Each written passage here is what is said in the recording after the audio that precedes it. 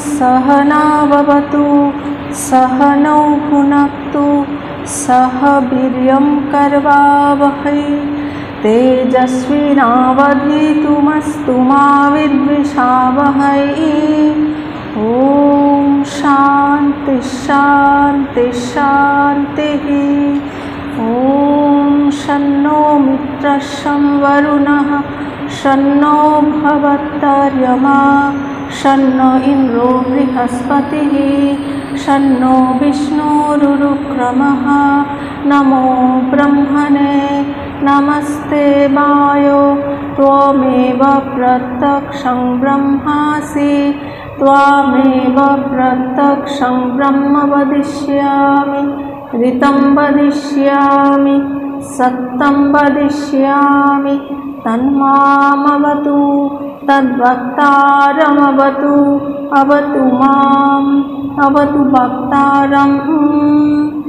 ॐ शान्ति शान्ति शान्तिः।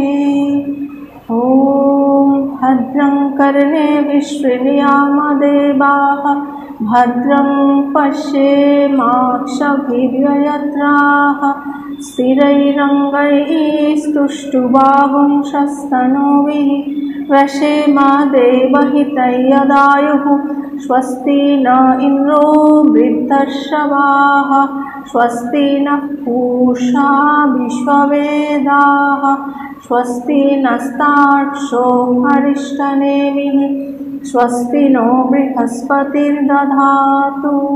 ॐ शान्ति शान्ति शान्तिः।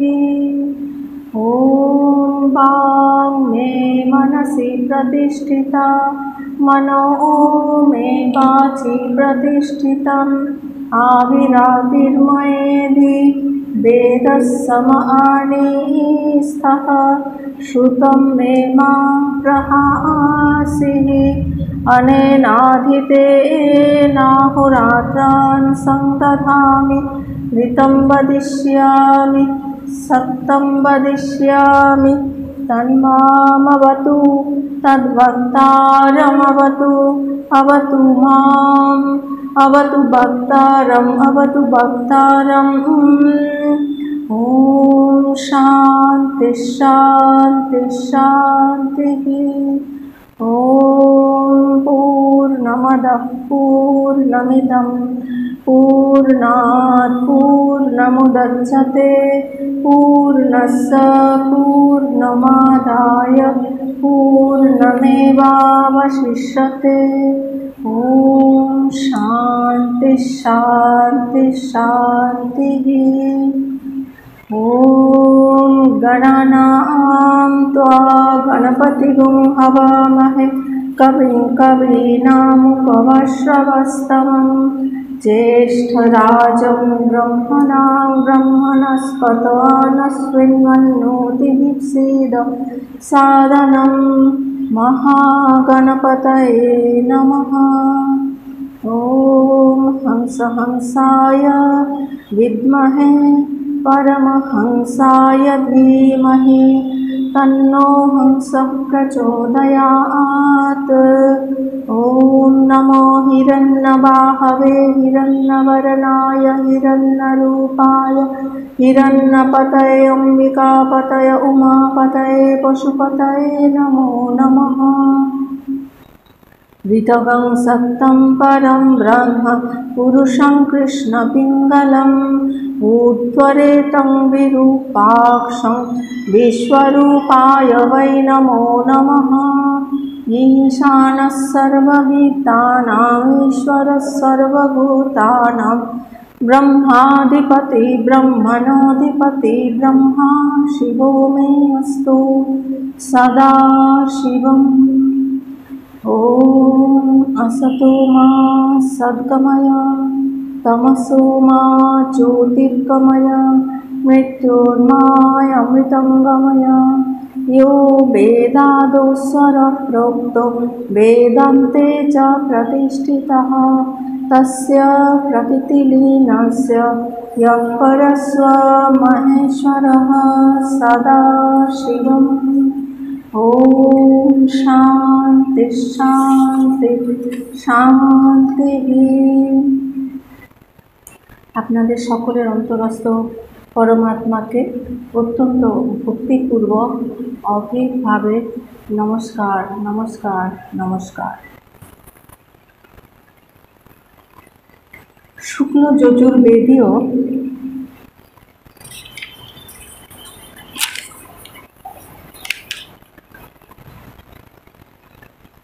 ঈশোপনিষদ বা ঈশাবাস্যম উপনিষদ আমাদের আলোচনার বিষয়। এই উপনিষদটি ছোট উপনিষদই বলা যায়, মাত্র 18টি মন্ত্র। সেইখানে প্রথম মন্ত্রে আমাদের বলা হয়েছিল যে বিশ্ব ব্রহ্মাণ্ডকে ঈশ্বরের দ্বারা, পরমেশ্বরের দ্বারা আচ্ছাদিত করো, কারণ সেই পরমেশ্বরই তত্ত্বত সর্বত্র বিরাজমান। আর বাকি যা কিছু বস্তু দেখা যায় নাম রূপাত্মক, তার অগ্রহণ এবং সেই আত্মতত্ত্বের গ্রহণের কথাই বলছেন। এইভাবেই আত্মতত্ত্বের অভেদ রূপে নিশ্চয় করা যায়। তারপরে দ্বিতীয় মন্ত্রে আমরা জেনেছিলাম যে যারা সেই উচ্চ তত্ত্বকে অনুধাবন করতে বা তাকে ধারণ করতে সক্ষম নয়, তাদের জন্য কর্ম, শাস্ত্রবিহিত কর্ম করে যদি সে 100 বছর বেঁচে থাকতে চায়, তাহলে শাস্ত্রবিহিত কর্ম করেই বেঁচে থাকতে হবে। কিন্তু সেটাই আমাদের জীবনের চরম উদ্দেশ্য নয় যে শাস্ত্রবিহিত কর্ম করেই আমরা সারা জীবন কাটিয়ে দেব, আত্মতত্ত্বের দিকে কখনোই মনোনিবেশ করব না, সেইটি কিন্তু নয়। শাস্ত্র আমাদের বলছেন যে শুধুমাত্র যারা ওইটাই চান যে আমরা শুধু কর্ম করেই যা জীবন কাটিয়ে দেব, সেই অজ্ঞানীদের নিন্দা করা হচ্ছে। বলছেন যে তাতে কিন্তু তাদের নিজেদেরই ক্ষতি, নিজেরাই কিন্তু এই আত্মতত্ত্ব থেকে নিজেদেরকে বঞ্চিত রাখে। তারপরে তাদের কি গতি হয়, এটি আমরা 4 নম্বর মন্ত্রে জেনেছিলাম যে বিভিন্ন অসুরদের আবাসভূত সেই সব লোকে যেগুলো দৃষ্টি প্রতিরোধক এবং অজ্ঞান অন্ধকারে আচ্ছাদিত, সেই সকল লোকে তাদের গতি হয়। আর কি হয়, সেই সকল মানব কিন্তু আত্মঘাতী,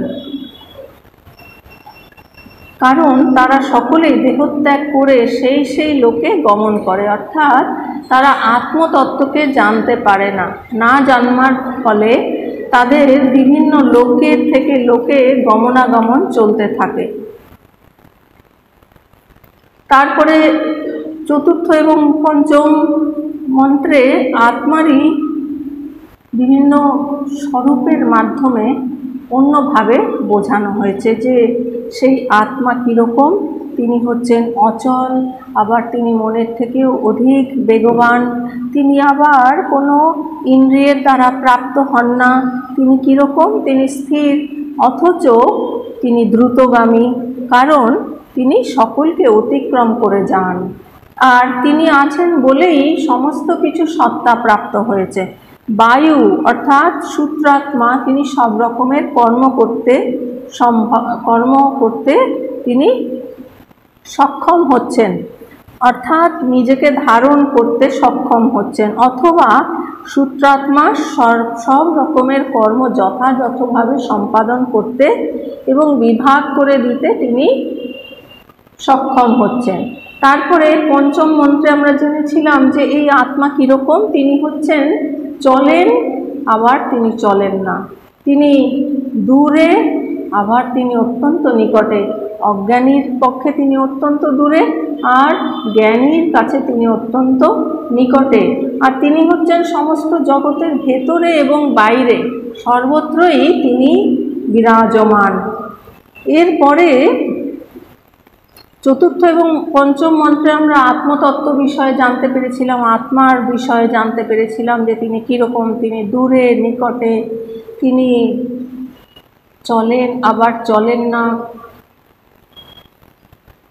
আর ষষ্ঠ এবং সপ্তম মন্ত্রে এই যে আত্মতত্ত্ব, আত্মজ্ঞান লাভের ফল বলা হয়েছে। যিনি আত্মজ্ঞান লাভ করেছেন বা আত্মতত্ত্বকে যিনি উপলব্ধি করেছেন তার কি ফল, সেইটি আমরা ষষ্ঠ মন্ত্রে আগের দিন জেনেছিলাম। সেখানে বলা হচ্ছিল যে এই যে মমাত্মা সর্বভূত আত্মা, এই যে আমি সর্বভূতে বিরাজমান, অর্থাৎ যিনি সমস্ত বস্তুই আত্মাতে এবং সমস্ত বস্তুতেই আত্মাকে দর্শন করেন, সমস্ত বস্তুই আত্মাতে। সেটা কীরকম? আত্মাই হচ্ছে এই জগতের অধিষ্ঠান, আত্মাকে কেন্দ্র করেই সমস্ত বস্তু সত্তা প্রাপ্ত হয়েছে। সেই জন্য সমুদয় বস্তুই আত্মাতে, তার মানে আত্মাতেই, আত্মাকে কেন্দ্র করেই সমস্ত বস্তু সত্তা প্রাপ্ত যেহেতু হয়েছে, তাই সমস্ত বস্তুই আত্মাতে অবস্থিত, এইরকম যিনি দেখেন। আবার অন্য দিক থেকে দেখতে গেলে যে সমুদয় বস্তুই আত্মাকে দেখেন। আর আমরা এই চর্মচক্ষু দিয়ে যা কিছু দৃশ্য পদার্থ দেখছি, নাম রূপাত্মক যেগুলো পদার্থ আমরা জাগতিক পদার্থ দেখছি, ব্যবহারিক পদার্থ দেখছি, সেইগুলো কি? সেইগুলো সমস্ত কিছুই আত্মা, কারণ আত্মা থেকে উৎপত্তি লাভ করেছে, সুতরাং সেইগুলো আত্মা ভিন্ন আর অন্য কিছু নয়। এইরকম যিনি দেখেন, এইরকম যিনি দেখেন, তা এই দেখার ফলটা কি? দেখুন ফলটা কত মহান, কত উচ্চ। এই রকম দর্শনের ফলে তিনি কাউকে ঘৃণা করেন না। ঘৃণা কাকে করা যায়? যে আমি আলাদা, আমার থেকে ভিন্ন আরেকটি দ্বিতীয় বস্তু, এবং সেই বস্তুটি ভেতরে যখন দোষ দর্শন করা হয় তখনই ঘৃণা করা সম্ভব। আর এখানে যখন সমস্ত বস্তুই আত্মাতে যিনি দেখেন এবং সমস্ত বস্তুতেই আত্মাকে যিনি দর্শন করেন, অর্থাৎ সেই তিনি একত্বই দর্শন করছেন, সর্বভূতে সর্ব অবস্থায় তিনি সেই প্রেমময় আত্মাকেই দর্শন করছেন। করবার ফলে তার একত্ব দর্শন হচ্ছে, অর্থাৎ সেখানে তিনি আর দুই দেখছেন না, তিনি সেই এক আত্মতত্ত্বই দেখছেন, নিজের সঙ্গে অভিন্ন আত্মতত্ত্বই দর্শন করবার ফলে তিনি আর কাউকে ঘৃণা করেন না। এই পর্যন্ত আমাদের আলোচনা হয়ে গিয়েছিল। আজকে 7 নম্বর মন্ত্র আলোচনা হবার কথা। 7 নম্বর মন্ত্রে বলা হচ্ছে यस्मिन् सर्वाणि भूतान्यद्भूद्विजानतः तत्र को मोहः कशोकः एकत्वम् अनुपश्यतः। यस्मिन् सर्वाणि भूतान्यद्भूद्विजानतः तत्र को मोहः कशोकः एकत्वम् अनुपश्यतः। যিনি এইরূপ অভেদ দর্শনকারী, তিনি কি দেখেন? সর্বাণি ভূতানি, সমস্ত বস্তুতে, সমস্ত ভূতে, সর্বাণি ভূতানি, সমস্ত ভূত বর্গতে, যস্মিন অর্থাৎ যেই কালে বা যেই সময়ে, বিজানতঃ অর্থাৎ যিনি জেনেছেন। কে জেনেছেন? জ্ঞানী। জ্ঞানীর কি জেনেছেন? আত্মা এব অর্থাৎ আত্মাই অভূত হয়ে গেল, সব কিছুই আত্মাই হয়ে গেল। তত্র তখন সেই একত্বম অর্থাৎ সেই একত্ব, অনুপশ্যতঃ অর্থাৎ যিনি দর্শন করেন, পশ্য মানে দেখা, অনুপশ্য মানে তিনি খুব ভালোভাবে সুচারুভাবে আত্মাকেই দর্শন করেন। সেই রকম যিনি দর্শনকারী, আত্মদর্শনকারী, তার মোহ, মোহই বা কি? কহ শোকঃ, শোকই বা কি? অথবা যস্মিন যে আত্মায়, তত্র সেই আত্মায়। যখন সমুদয় বস্তু, এই বিশ্ব ব্রহ্মাণ্ডের যা কিছু বস্তু, সমস্ত বস্তু যখন জ্ঞানীর আত্মাই হয়ে গেল। জ্ঞানী অর্থাৎ যিনি নিজেকে জেনেছেন, আত্মা রূপে যিনি নিজেকে অনুভব করেছেন, যিনি বোধে বোধ করেছেন, এইরকম তিনি কি দেখেন, তিনি কি অনুভব করেন যে আমি আত্মাই সর্বভূতে আত্মা, সেখানে একই আত্মা বিরাজ করছে। তাহলে সব আত্মাই যখন একই আত্মা হয়ে গেল, সেই জ্ঞানীর আত্মার সঙ্গে অভেদ হয়ে গেল, তখন সেই একত্ব দর্শনকারীর মোহই বা কি আর শোকই বা কি? যিনি একই দেখছেন, একম এবং অদ্বিতীয়ম, সেই একই আত্মা সর্বভূতে বিরাজমান, এইরকম যিনি দেখছেন মানে শুধু শুধু শব্দগতভাবে নয়, তিনি অনুভব করছেন, তিনি বুঝেছেন, সেই তত্ত্বকে তিনি যথার্থ অনুধাবন করেছেন, এইরকম যিনি জ্ঞানী, তাহলে তিনি সর্বত্রই একত্ব দর্শনের ফলে তিনি সেই আত্মাকেই যখন দর্শন করছেন, তাহলে শোকই বাকি আর মোহই বাকি, অথবা জ্ঞানীর যে আত্মায় সমুদয় বস্তু আত্মরূপে এক হয়ে গেল, অর্থাৎ এই আত্মা ওই সব আত্মা কিন্তু একই আত্মা, আত্মায় কোনো ভেদ হয় না। তাহলে সব আত্মায় যখন একই হয়ে গেল, একই অনুভব হয়ে গেল, তখন শোক কি?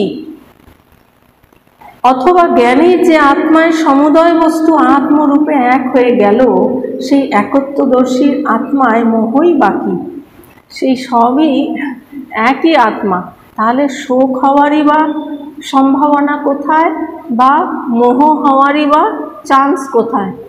শোক হওয়ারও চান্স নেই, মোহ হওয়ারও চান্স নেই, শোকই বাকি আর মোহই বাকি। যে কালে আত্মাতে সমস্ত দেহ জ্ঞানীর আত্মাই হয়ে যায়, যখন যে আত্মাতে, যে মানে সমস্ত আত্মাতে সমস্ত দেহের মধ্যে স্থাবর জঙ্গমাত্মক যে বিশ্ব ব্রহ্মাণ্ড, তার মধ্যে যে আত্মা রয়েছে, সেই সমস্ত দেহের যে আত্মা, তার সঙ্গে জ্ঞানীর আত্মাই হয়ে গেল, সেই সমস্ত আত্মাই জ্ঞানীর আত্মার সঙ্গে অভিন্ন হওয়ার ফলে একই হয়ে গেল, অর্থাৎ জ্ঞানীর আত্মাই হয়ে গেল। এইরকম আত্মৈক্যদর্শী, অর্থাৎ যিনি সর্বত্র সেই আত্মাকেই দর্শন করেন, আত্মাকেই অনুভব করেন, আত্মাকেই বোধে বোধ করেন, সেই জ্ঞানীর সেই কালে বা সেই আত্মাতে মোহই বাকি আর শোকই বাকি, অর্থাৎ শোক মোহ থাকে না। এই যে গীতাতে ভগবান শ্রীকৃষ্ণ অর্জুনকে যে উপদেশ দেওয়া শুরু করেছিলেন, সেটি কেন? কারণ অর্জুন একাধারে শোকগ্রস্ত হয়েছিল এবং অন্যদিকে মোহগ্রস্ত হয়েছিল। যে তিনি বলছিলেন যে আমার স্বজনম বারবার তিনি বলছিলেন যে আমার আত্মীয় স্বজন, ভ্রাতা, আমার পিতামহ, গুরু, আচার্য, আমার আত্মীয়, বন্ধু, শালা, এই রকম সব মানে সকলের প্রতি সেই যে মমত্ববোধের জন্য তার মধ্যে এসেছিল কি? মোহ। আর তাদের হারানোর ভয়, যে তাদের মৃত্যু হয়ে গেলে তাদেরকে হারিয়ে ফেলব, সেই জন্য শোক, অর্থাৎ একটা ভবিষ্যতে কি হতে পারে এরকম একটা আশঙ্কা করে অর্জুনের শোক এবং মোহ উৎপন্ন হয়েছিল। তো এইখানে সেইটি বলা হচ্ছে যে জ্ঞানীর আত্মাই যখন সর্বত্র হয়ে গেল, তাহলে শোকই বাকি, মোহই বাকি, শোক এবং মোহ কোনোটাই থাকতে পারে না। এই কথাই অর্থাৎ আত্মজ্ঞ কাউকে ঘৃণা করেন না। অন্য মন্ত্রও 7 নম্বর মন্ত্রে বলছেন, ওটি আমরা যিনি আত্মজ্ঞানী তিনি অপর কাউকে ঘৃণা করেন না, কারণ তিনি সেই সর্বত্রই আত্মাকে দেখেন। এটি আমরা 6 নম্বর মন্ত্রে জেনেছিলাম। এখন 7 নম্বর মন্ত্রে বলা হচ্ছে যে যস্মিন, যে কালে, যে সময়ে, অথবা যে পূর্বোক্ত আত্মাতে অর্থাৎ 6 নম্বর মন্ত্রতে যে আত্মজ্ঞানীর কথা বলা হয়েছে, যে তিনি পরমার্থ আত্মস্বরূপ দর্শনের ফলে সেই সকল শরীরেই পরমার্থ তত্ত্বজ্ঞের আত্মাই হয়ে যায়। সর্বত্র তিনি এই নামরূপাত্মক জগৎ দেখেন না, হয়তো তার চর্মচক্ষু দ্বারা সেটি প্রতিভাসিত হয়, কিন্তু তিনি কোনো গুরুত্ব দেন না, অর্থাৎ এই নামরূপাত্মক জগতের তার কাছে কোনো গুরুত্ব হয় না, তার কাছে কোনো ভ্যালু হয় না। তার ভ্যালুটা কোথায়? তার ভ্যালুটা হচ্ছে সেই পরমার্থ স্বরূপ, যে আত্মস্বরূপ, তাকেই তিনি সবসময় জ্ঞানের দৃষ্টিতে দর্শন করেন। সেই জন্য বলছেন যে সেই পূর্বোক্ত আত্মাতে পরমার্থ আত্মস্বরূপ দর্শনের ফলে সর্বত্রই তিনি সেই আত্মাই দেখেন। সেই আত্মস্বরূপ দর্শনের ফলে সেই সকল শরীরই পরমার্থ তত্ত্বজ্ঞের আত্মাই হয়ে যায়। সেই শরীরগুলোও সেই যে যিনি পরমার্থ তত্ত্বজ্ঞ, যিনি পরমার্থ জ্ঞানী, তার আত্মাই হয়ে যায়, কারণ আত্মা থেকে সমস্ত দেহ উৎপন্ন হয়েছে ক্রমে। সুতরাং দেহ আত্মা ভিন্ন কিছু নয়, তাই সেই পরমার্থ তত্ত্বজ্ঞের শরীর, পরমার্থ তত্ত্বজ্ঞের আত্মাই সেই সমস্ত শরীরই হয়ে যায়। সেই সমস্ত শরীরের ভেতরে যে আত্মা, তাকে দর্শন করার ফলে সেই সমস্ত কিছুই তার, অর্থাৎ সেই পরমার্থ তত্ত্বজ্ঞের আত্মাই হয়ে যায়, অর্থাৎ আত্মভাব প্রাপ্ত হয়। সেখানে দেহভাব থাকে না, সেখানে ব্যবহারিক ভাব থাকে না, সেখানে পারমার্থিক ভাব থাকে, অর্থাৎ আত্মভাব থাকে, আত্মভাব প্রাপ্ত হয় সেই কালে। অথবা সেই আত্মাতে মোহই বাকি আর শোকই বাকি। তিনি দেখছেন আমি নিজে স্বয়ং আত্মা, এবং সামনে যা কিছু দেখা যাচ্ছে, যত জীব জন্তু, সকলের মধ্যেই সেই একই আত্মতত্ত্বই তিনি দর্শন করবার ফলে সেই সমস্ত কিছুই তার আত্মার সঙ্গে অভিন্ন হয়ে গেছে। সুতরাং একই আত্মা হয়ে গেছে। সুতরাং তাহলে শোকই বাকি আর মোহই বাকি। কামনা ও কর্মের বীজকে যে জানে, তারই শোক ও মোহ হয়। শোক এবং মোহটা কখন হয়? যে যখন কামনাটা কোথা থেকে আসে? অবিদ্যা, কাম ও কর্ম। অবিদ্যাটা কি? যে আমি কে, আমার প্রকৃত পরিচয় কি, আমি যে আত্মা, সেইটি না জানার ফলে এই শরীর আদিকেই আমি বলে মনে করা, সেটাই হচ্ছে অবিদ্যা, অর্থাৎ নিজের স্বরূপের অজ্ঞান। সেই অবিদ্যার জন্যই কি হয়? কামনার উদ্রেক হয়। যেই আমি আত্মা, যখন আমি আত্মা, তখন আমি অসীম, তখন আমি পূর্ণ। আর যখনই আমি নিজেকে দেহ ভাবব বা দেহ ভাব এসে যাবে, তখনই কিন্তু আমরা অপূর্ণ। আর যেই অপূর্ণ, সেই অপূর্ণতাকে পূরণ করবার জন্য, অপূর্ণতার জন্য কামনা। যখন আপনি পূর্ণ যিনি, তার কোনো কামনা থাকতে পারে না, তাই না? আর যিনি অপূর্ণ, তারই কামনা হতে পারে, তাই না? কারণ অপূর্ণতা থেকেই কামনার জন্ম হয়। অপূর্ণতাটা কোথা থেকে আসছে? অবিদ্যা, অর্থাৎ আমি কে সেটি না জানা, আমি স্বরূপত যে ব্রহ্ম সেটি না জেনে আমি এই শরীর, মন, বুদ্ধি এগুলোকে আমি বলে মনে করবার ফলে কি হয়েছে? আমি অসীম থেকে সসীম হয়ে গেছি। আর তার ফলে আমার ভেতরে কামনা এসে গেছে। অবিদ্যা থেকে কামনা। এবার কামনা পূর্তির জন্য কর্ম করতে হবে। তাই কামনা ও কর্মের বীজকে যে জানে না, কামনা এবং কর্মের বীজ কি? অজ্ঞান, অবিদ্যা। সেই অজ্ঞান এবং অবিদ্যা যে জানে তিনি হচ্ছেন জ্ঞানী। আর যিনি অবিদ্যা অজ্ঞানকে জানেন না, অর্থাৎ কামনা ও কর্মের যে বীজ অবিদ্যা বা অজ্ঞান, তাকে যিনি জানেন না, তার পক্ষে শোক এবং মোহ হওয়া সম্ভব। তারই একমাত্র শোক এবং মোহ হবে। কিন্তু আকাশের মতো বিশুদ্ধ আত্মার একত্ব দর্শনকারীর কিন্তু তা হয় না। এই যে যখনই আমি সেই অসীম থেকে সসীম হয়ে গেছি, আমি নিজেকে এই ক্ষুদ্র শরীর মন বুদ্ধির মধ্যে সীমাবদ্ধ করে ফেলেছি, আমি একেবারে সংকীর্ণ হয়ে গেছি, তখনই আমার মধ্যে কামনা এসে পড়েছে। ওই ওই অপূর্ণতাকে পূর্ণ করবার জন্য কামনার উদ্রেক হয়েছে, আর কামনার জন্যই কর্মে প্রবৃত্ত হতে হচ্ছে।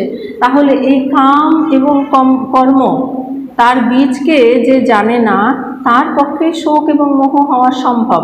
কিন্তু যিনি এই কামনা এবং কর্মের যে বীজ অর্থাৎ অবিদ্যা, তাকে যিনি জানেন, তিনি কে? তিনি হচ্ছেন আত্মজ্ঞানী, তিনি হচ্ছেন ব্রহ্মজ্ঞানী, তিনি হচ্ছেন ব্রহ্মবিদ।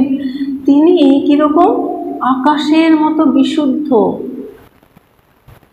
সেই আকাশের মতো বিশুদ্ধ আত্মার একত্ব দর্শনকারীর কিন্তু সেই শোক এবং মোহ হওয়ার কোনো সম্ভাবনা থাকে না, কারণ তিনি তো পূর্ণ, তার কোনো অবিদ্যা অজ্ঞানতাই নেই। তার ফলে তার কোনো কামনারও উদ্রেক হয় না, আর কামনা তাড়িত হয়ে তিনি কোনো কর্মেও প্রবৃত্ত হন না। মোহ কি, শোক কি, এই প্রকারে আক্ষেপের দ্বারা অবিদ্যার কার্য শোক ও মোহের অসম্ভাবনা প্রকাশ হেতু, কারণ হচ্ছে অবিদ্যা, সেই কারণ সহ শরীর প্রাপ্তির সমূলে উচ্ছেদ প্রদর্শিত হয়েছে। এই মন্ত্রের দ্বারা কি হয়েছে? যে আক্ষেপ, যে যিনি আত্মজ্ঞানী, যিনি ব্রহ্মজ্ঞানী, তার আবার শোক আর মোহ কি? তিনি তো সর্বত্র সেই একই আত্মা দর্শন করছেন, নিজ আত্মাই সর্বত্র তিনি দর্শন করছেন। সুতরাং তার শোক এবং মোহের কোনো সম্ভাবনা নেই, আর তার ফলে তার কোনো আর জন্ম মৃত্যুর চক্রে আবর্তিত হবারও কোনো সম্ভাবনা নেই। অর্থাৎ শরীর প্রাপ্তি আমাদের কেন হয়? অর্থাৎ এই জন্ম মৃত্যু হয় কারণ ওই অবিদ্যার জন্য, অজ্ঞানতার জন্য। আমি স্বরূপত কে? সেই যে আমাদের অনাদি অবিদ্যা, সেই কারণেই আমাদের এই বারবার জন্ম মৃত্যু। তাই যিনি জেনে গেছেন আমি কে, যিনি জ্ঞান লাভ করেছেন এবং সর্বত্রই যিনি সেই আত্মস্বরূপী দর্শন করছেন, তার আর কিন্তু শরীর প্রাপ্তি হয় না। অর্থাৎ শরীর প্রাপ্তির সমূলে উচ্ছেদ প্রদর্শিত হচ্ছে। শরীর প্রাপ্তির যে কারণ অবিদ্যা অজ্ঞান, সেটি একেবারে মূল সমেত তিনি তুলে ফেলে দিয়েছেন। অজ্ঞানী হচ্ছে সব শোক এবং মোহের মূল। চিন্তা করে দেখবেন, আপনারা বিশ্লেষণ করবেন, যখন নির্জনে একাকী থাকবেন, চিন্তা করবেন, গভীরভাবে চিন্তা করবেন যে আমাদের জীবনে যত শোক বা মোহ এসেছে, তার পেছনে কারণটি কি ছিল? তো সেই তার পেছনের কারণটি হলো অজ্ঞান। কাজেই আত্মজ্ঞানের ফলে শরীর বুদ্ধি নিবৃত্ত হলে তার কার্য শোক এবং মোহ ইত্যাদিও নিবৃত্ত হয়ে যায়। আত্মজ্ঞানের ফলে কি হয়? মা বলছেন না যে জ্ঞান হলে আর ভগবান লাভ হলে কি হয়? তার কি দুটো সিংহ যায় না? যেমন সেরকমই থাকেন, কিন্তু তার ভেতরের সমাজ আন্ডারস্ট্যান্ডিং পরিবর্তন হয়ে যায়। তিনি আত্মজ্ঞান লাভ করবার ফলে কি হয়? শরীর বুদ্ধি থেকে নিবৃত্ত হন। অর্থাৎ আগে তিনি নিজেকে শরীর ভাবছিলেন, এই যে তার বুদ্ধি ছিল, সেই বুদ্ধি নিবৃত্ত হয়ে যায়। তিনি বুঝতে পারেন যে আমি এই শরীর নই, আমি হচ্ছি আত্মা। তাই যখন তার অজ্ঞানে নিবৃত্ত হয়ে গেল, তাহলে তার অজ্ঞানের যে কার্য, সেগুলো স্বাভাবিকভাবেই নিবৃত্ত হয়ে যাবে। সেই জন্য অজ্ঞানের কার্যই হচ্ছে শোক এবং মোহ। সুতরাং স্বাভাবিকভাবেই শোক এবং মোহ ইত্যাদিও নিবৃত্ত হয়ে যাবে। যস্মিন পদে, যে কালে বা যে আত্মাতে এই প্রকার দ্বিবিধ অর্থ গ্রহণ করা হয়েছে, যে সময়, যে কালে মানে যখনই জ্ঞানোদয় হয়, যখনই জ্ঞানের উদয় হয় তখন কি হয়, সমস্ত অজ্ঞান নিবৃত্তি হয়ে যায়। ধরুন অজ্ঞান, একটি ঘরে অন্ধকার রয়েছে, যেই আলো জ্বালা হলো সঙ্গে সঙ্গে কিন্তু দুটো কাজ একই সঙ্গে হয়ে গেল, তাই না? এক হচ্ছে আলো জ্বলল, তার সঙ্গে সঙ্গে অন্ধকারও দূর হয়ে গেল। ঠিক সেই রকম যে জ্ঞান রূপ আলো জ্বলল, জ্ঞান প্রকাশ ঘটল, একই সঙ্গে কি হলো, তার সমস্ত অজ্ঞানেরও নিবৃত্তি হয়ে গেল। এক্ষণে আত্মজ্ঞানোদয় এবং অজ্ঞান নিবৃত্তি যুগপৎ ঘটিয়া থাকে। আত্মজ্ঞানের উদয় এবং অজ্ঞানতার নিবৃত্তি একই সঙ্গে ঘটে থাকে, কারণ আত্মজ্ঞানোদয় এবং অজ্ঞান নিবৃত্তি পৃথক পৃথক কিছু নয়। এই দুটো কিন্তু একই বস্তু। যেই অজ্ঞান নিবৃত্ত হয়ে যাবে, অজ্ঞান নিবৃত্তি কি করে হবে? জ্ঞানের দ্বারা। অন্ধকার দূর কিভাবে হবে? আলোর দ্বারা, তাই না? সেই রকম জ্ঞান রূপ আলো, জ্ঞান প্রকাশ দ্বারা সমস্ত অজ্ঞান নিবৃত্তি হয়ে যায়। আর অজ্ঞান অনাদি, কিন্তু জ্ঞানীর পক্ষে শান্ত। এই যে অজ্ঞান, এটি অনাদি, কত কত জন্ম ধরে চলে আসছে, তার কোনো আমরা শেষ করতে পারবো না। তাই বলা হচ্ছে যে অজ্ঞানটা যদিও অনাদি, কিন্তু জ্ঞানীর পক্ষে শান্ত। যিনি জ্ঞান লাভ করেছেন, জ্ঞানবান, তার কাছে আর অজ্ঞানতা কোনো প্রভাব বিস্তার করতে পারে না, তাই তার কাছে শান্ত। কাজেই যাহার জ্ঞান হয় তাহারই অজ্ঞান নিবৃত্ত হয়, তাই না? সুতরাং স্বাভাবিকভাবেই যার জ্ঞান হবে তারই অজ্ঞানতা নিবৃত্তি হবে, অপর কারোর হবে না, তাই না? অপর কারোর যদি অজ্ঞানতা থেকে থাকে তাহলে অজ্ঞানতা থাকবে, আর যিনি জ্ঞানী তার অজ্ঞানতা নিবৃত্ত হবার ফলে জ্ঞানের উদয় হয়েছে। যখন কোনো ব্যক্তি সব কিছুর মধ্যে এক আত্মাকেই দেখেন এবং জানেন, তিনি কি দেখেন? তিনি এই নাম রূপ, কে কতটা লম্বা, কে কতটা বেটে, ফর্সা না কালো, মোটা না রোগা, কি ড্রেস পরেছে, ড্রেস পরে কেমন মানিয়েছে, এইসব তিনি কিচ্ছু দেখেন না। তিনি কি দেখেন? যে এই সব বাইরের শরীরগুলো বিভিন্ন রকম হতে পারে, কিন্তু তার ভেতরে যে আত্মতত্ত্ব আছে সেইটি কিন্তু একই, তার মধ্যে কোনো ভেদ নেই। সেই আত্মাকেই তিনি দর্শন করেন, সেই আত্মাকেই তিনি গুরুত্ব দেন, আর অন্য কিছুকেই তিনি দেখেন না। তাই তিনি সেই যে আত্মা, তিনি নিজেই হয়েছেন। তিনি সব কিছুর মধ্যে এক আত্মাকেই দেখেন, শুধু আত্মাকেই যে দেখেন তাই নয়, এবং তিনি তিনি জানেন, তিনি এটিও জানেন যে তিনি নিজেই সব কিছু হয়েছেন। তিনি নিজে মানে সেই যে জ্ঞানীর যে আত্মা, সেই আত্মাই সব কিছু হয়েছে, সর্বভূতে সেই প্রেমময়, সেই আত্মাই সব কিছু হয়েছেন, তিনি সব হয়েছেন। তখন তিনি কোনো কিছুকে ঘৃণাও করেন না বা কোনো কিছুর প্রতি আসক্তও হন না। আমি যখন সব জায়গায় রয়েছি, আমি যখন সর্বত্র পরিব্যাপ্ত, তাহলে আর কাকে আমি ঘৃণা করব, আর কার জন্য আমি শোক করব, আর কার জন্য মোহ করব? একটি খুব সুন্দর গল্প আছে। কাশীর রাজা, তার একটি রাজকুমার ছিল। সে ছোট বালক, তাকে খুব সুন্দর দেখতে, এত সুন্দর দেখতে। তো সেখানে থিয়েটার হচ্ছে, থিয়েটারে এবার সেখানে রাজা রানী এসব পাঠ আছে, রাজকুমারী। এখন রাজকুমারীর রোলটা কে পাঠ করবে খুঁজে পাওয়া যাচ্ছে না। তখন সবাই বলল যে রাজকুমারকেই তো খুব সুন্দর দেখতে, সে ছোট বালক, তাকেই রাজকুমারী সাজালে খুব মানাবে। সবাই একমত হয়ে এবার সেই ছোট যে রাজকুমার, তাকে রাজকুমারী সাজিয়ে সেই থিয়েটারটা শো করা হলো। আর সেইটি খুব সুন্দর হয়েছিল সেই থিয়েটারটা, এবং রাজকুমারীর বেশে রাজকুমারকেও খুব মানিয়েছিল।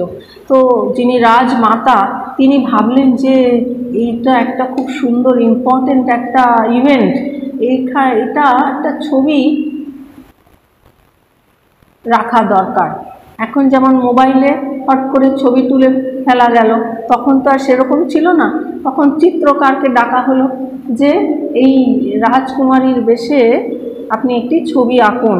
সঙ্গে সঙ্গে চিত্রকার বসে গেলেন, তিনি তুলি এই পেন্টিং এইসব দিয়ে পেন্ট করে একটি খুব সুন্দর রাজকুমারীর ছবি এঁকে দিলেন। এবার সেইটি বাঁধিয়ে খুব যত্ন সহকারে রাখা হলো। এবার সেইটি রয়েছে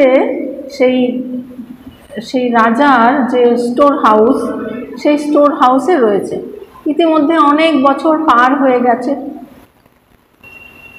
সেই ছোট বালক এখন বড় হয়ে গেছে, তিনি যুবরাজ হয়েছেন। তিনি একদিন দেখতে দেখতে একদিন তিনি সেই স্টোর হাউসে ঢুকেছেন। ঢুকে সেই যে খুব সুন্দর যে চিত্রখানি রাজকুমারীর, কোনো এক রাজকুমারীর ছবি দেখে তিনি খুব মুগ্ধ হয়েছেন যে কী সুন্দর, হ্যাঁ রাজকুমারী, একেই আমার পছন্দ, একে আমি চাই, একে আমাকে বিবাহ করতে হবে। কিন্তু এই কথা তিনি কাকে বলবেন, তিনি কাউকে বলতে পারছেন না। তিনি উদাস। রাজা জিজ্ঞাসা করছেন কি হয়েছে, যুবরাজ তিনি নীরব। রাজমহিষী জিজ্ঞাসা করছেন বাবা তোমার কি হয়েছে, যুবরাজ নীরব। কেউই তার কাছে জিজ্ঞাসাও করতে সাহস পাচ্ছে না। আর তিনি এত উদাস, সেই কারণটি খুঁজে বার করতে হবে, কিন্তু কিছুতেই কারণটি খুঁজে পাওয়া যাচ্ছে না। এমন সময় যিনি মহামন্ত্রী তিনি তো নিশ্চয়ই অনেকের চেয়ে অনেক বেশি বুদ্ধিমান, তিনি এগিয়ে এলেন।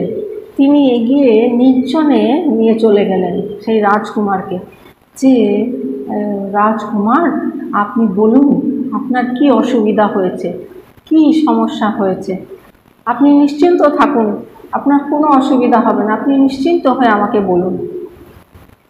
তখন রাজকুমার বলছে যে আমি একজনের প্রেমে পড়েছি। বলছে আচ্ছা খুব ভালো কথা, কে সেইটি, আমাকে সেইটি বলুন, আমি তাহলে সৈন্য সামন্ত নিয়ে তাকে জয় করে নিয়ে আসব।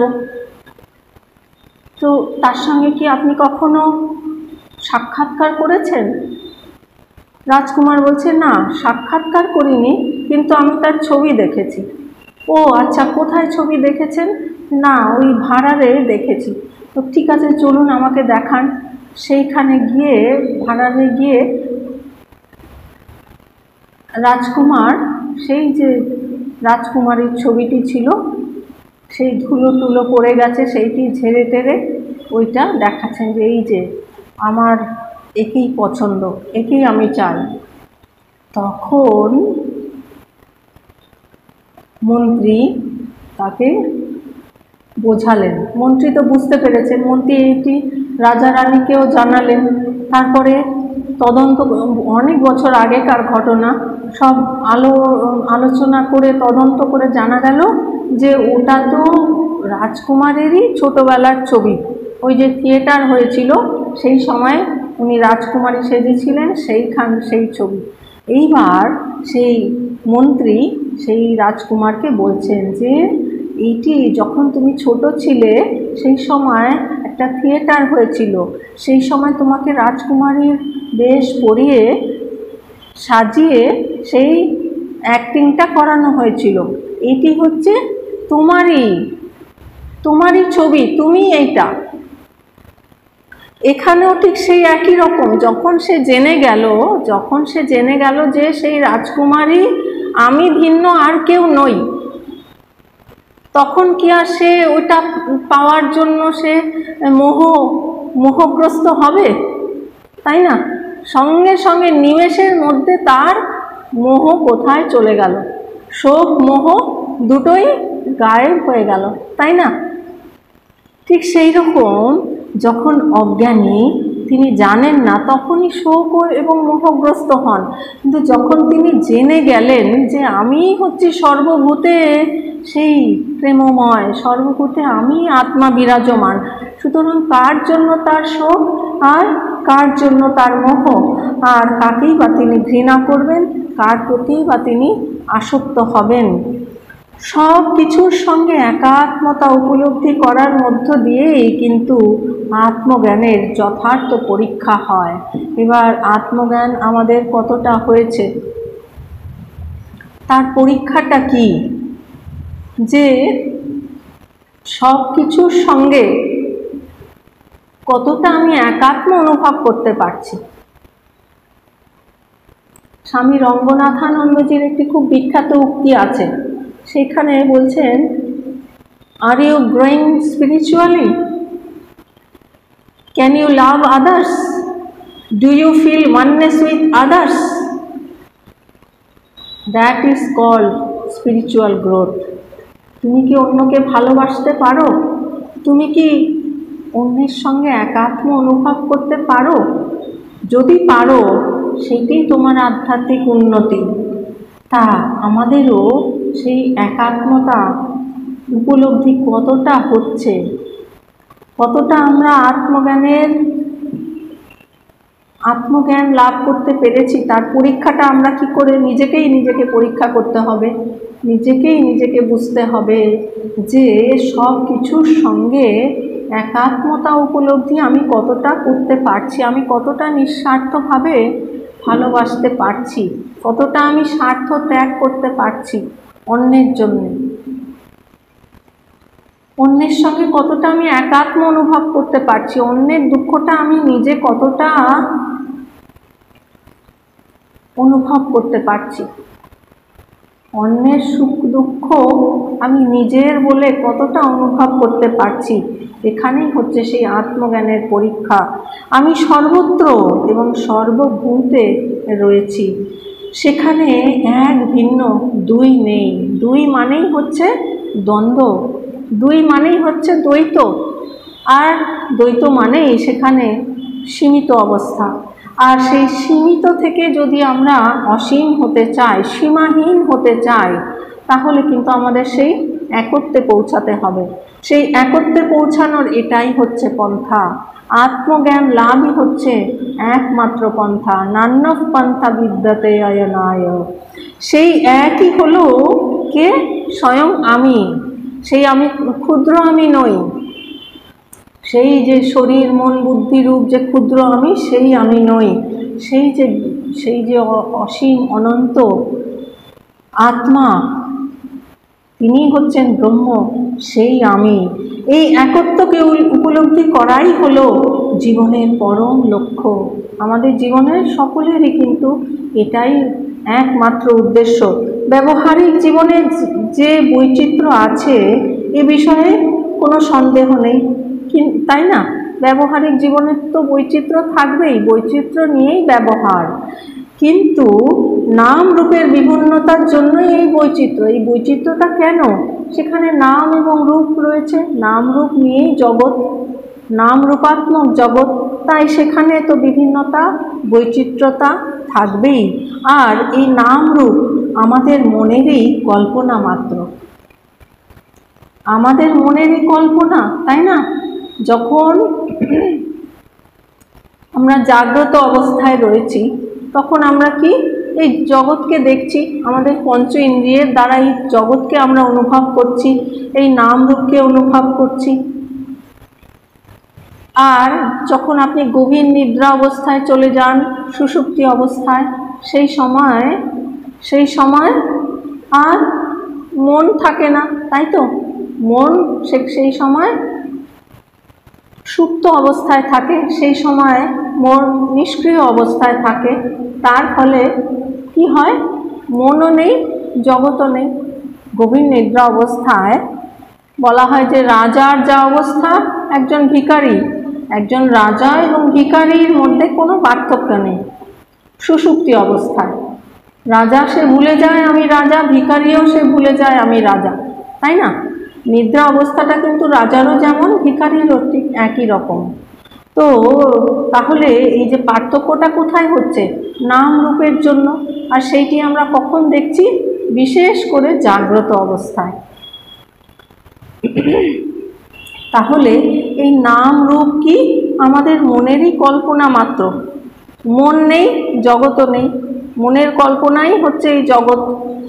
এতে আমার কোনো পরিবর্তন হয় না, আমার অর্থাৎ আমি আত্মার কোনো পরিবর্তন হয় না। নাম রূপের পরিবর্তন, জগতের পরিবর্তন হবে, একমাত্র আত্মাই হচ্ছেন অপরিবর্তনশীল, বাকি সবই পরিবর্তনশীল। সুতরাং পরিবর্তনশীলের যে পরিবর্তন হবে এটাই তো স্বাভাবিক, তাই না? সেই স্বাভাবিককে আমরা যেন স্বাভাবিকভাবেই গ্রহণ করে নিতে পারি, তাহলে কিন্তু কি হবে, আমরা সুখে দুঃখে সর্ব পরিস্থিতিতে নির্বিকার থাকতে পারবো।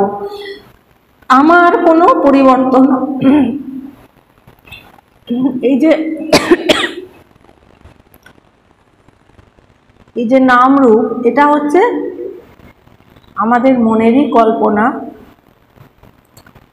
আর মনের কল্পনা হতে পারে, মনের পরিবর্তন হতে পারে, কিন্তু তার সঙ্গে আমাদের কিন্তু কোনো পরিবর্তন হয় না। আমাদের অর্থাৎ আমি নিজে আত্মস্বরূপে কোনো পরিবর্তন নেই। সেই অপরিবর্তিত এক সত্তা মাত্র, আমি হচ্ছি সেই এক অপরিবর্তিত সত্তা মাত্র। যখন আমরা এই একত্বকে উপলব্ধি করতে পারব, তখন আমাদের আসক্তি, ঘৃণা বা দুঃখ বলে কিছু থাকবে না।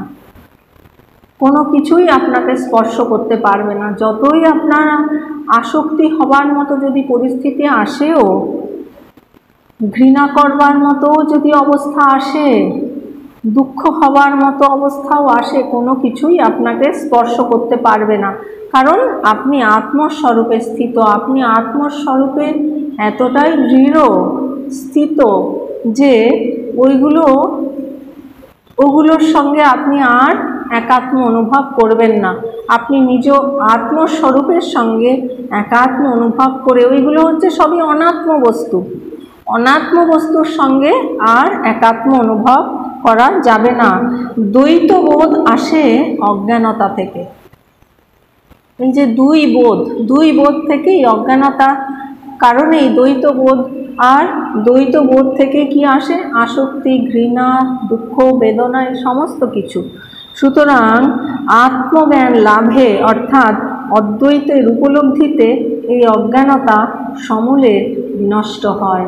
তো যখন সেই আত্মজ্ঞান লাভ হয়, অর্থাৎ সেই অদ্বৈত অবস্থায় আমরা উপনীত হতে পারি, অদ্বৈত তত্ত্বকে উপলব্ধি করতে পারি, তখন সেই অজ্ঞানতা সমূলে বিনষ্ট হয়।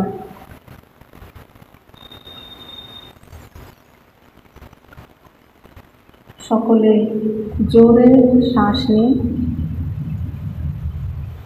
শ্বাস নেওয়ার সময় আমরা বিশ্ব ব্রহ্মাণ্ডের যে সকারাত্মক যে পজিটিভ এনার্জি আছে সেইগুলো গ্রহণ করুন। আর শ্বাস ছেড়ে দেওয়ার সময় আমাদের ভেতরে যদি কিছু নেগেটিভ থটস, কিছু নকারাত্মক ভাবনা থাকে, যদি কোনো শোক, মোহ, দৈন্য, দুঃখ, বেদনা, টেনশন, ফ্রাস্ট্রেশন থাকে, তাহলে সেগুলো সব আমরা শ্বাসের মাধ্যমে বাইরে বার করে দেব। শ্বাস নেবার সময় শুদ্ধ সাত্ত্বিক বিশ্ব এনার্জি গ্রহণ করব, আর ছেড়ে দেওয়ার সময় সমস্ত যে নকারাত্মক ভাবনা সেগুলো পরিত্যাগ করে আমরা সমস্ত ফুসফুস ভর্তি করে শ্বাস গ্রহণ করব এবং সমস্ত ফুসফুস নিঃশেষ করে শ্বাস ছেড়ে দেব। সকলে শুরু করুন জোরে একসঙ্গে।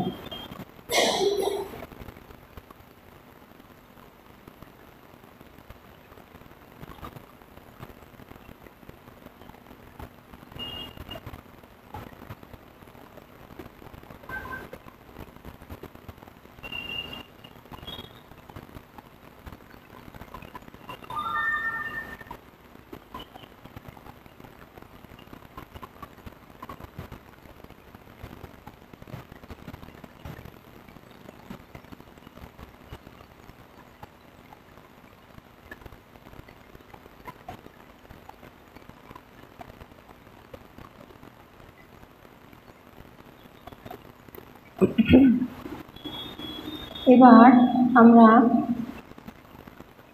ডান নাসিকা ডান হাতে বৃদ্ধাঙ্গুলি দিয়ে চেপে বাম নাসিকা দিয়ে জোরে শ্বাস গ্রহণ করব এবং কোনো রকম কুম্ভক না করে ডান হাতের মধ্যমা এবং অনামিকা দিয়ে বাম নাসিকা চেপে ডান নাসিকা দিয়ে শ্বাস ছেড়ে দেব।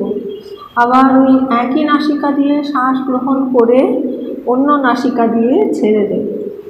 আবার ওই বাম নাসিকা দিয়ে শ্বাস গ্রহণ করে ডান নাসিকা দিয়ে ছেড়ে দেব। এইভাবে অনুলোম বিলোম আমরা খুব অল্পই অভ্যাস করব।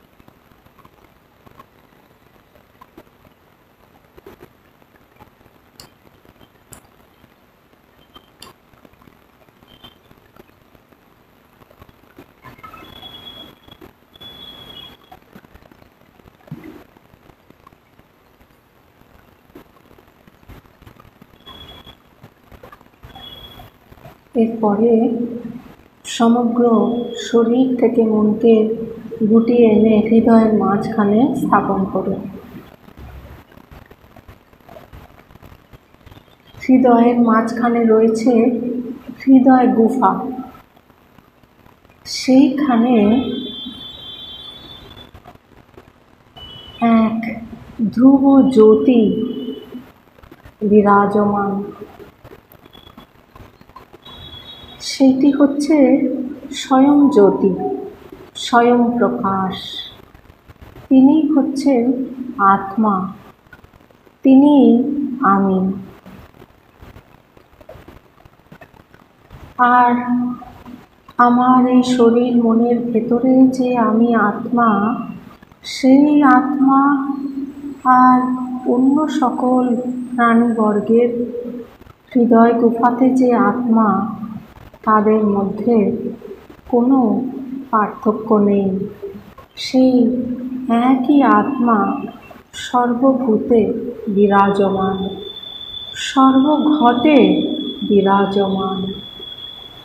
সকল জন্তুর হৃদয় গুফাতে সেই একই আত্মা বিরাজমান।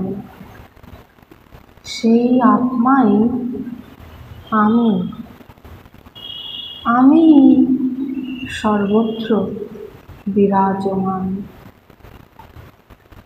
আমি সব কিছু ব্যক্ত হয়ে রয়েছি। একম এবং অদ্বিতীয়ম। তাই কার জন্য আমার শোক, কার জন্য আমার মোহ? আমি তো সর্বব্যাপী, আকাশের মতো অনন্ত, আকাশের মতো অনন্ত সত্তাবান। কার জন্য শোক আর কার জন্য মোহ? কার জন্য দুঃখ, কার জন্য বেদনা? সেই আমি আত্মা কীরকম? সৎ চিৎ আনন্দ স্বরূপ। সমস্ত আনন্দের উৎস আমি নিজেই, স্বয়ং আমি। আনন্দ বাইরে থেকে আসে না, আনন্দের উৎস আত্মা।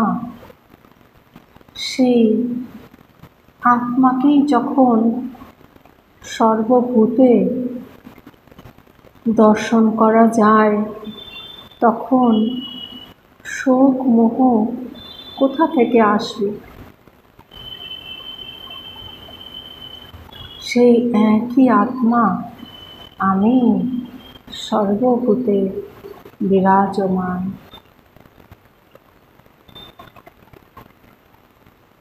সর্বব্যাপী আত্মার অনুভব করুন।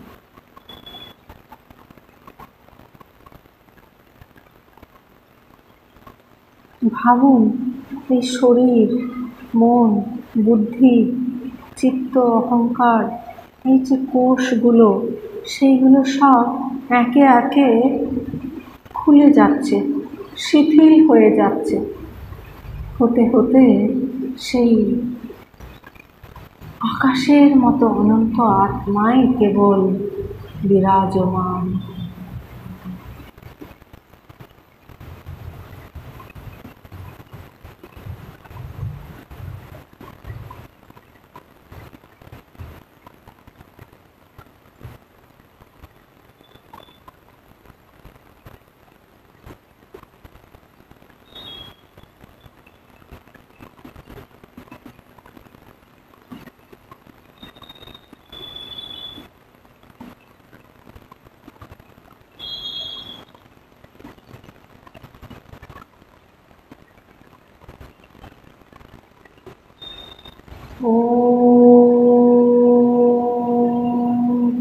पूर्णमदः पूर्णमिदं पूर्णात् पूर्णमुदच्यते पूर्णस्य पूर्णमादाय पूर्णमेवावशिष्यते।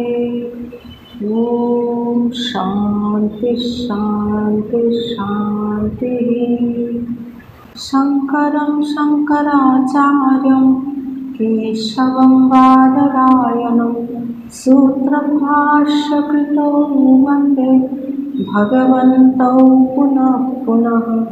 ईश्वरो गुरुरात्मेति मूर्तिभेदविभागिने व्योमवद्व्याप्तदेहाय दक्षिणामूर्तये नमः।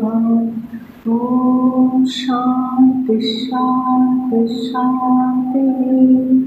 हरिः ॐ तत्सत्। श्री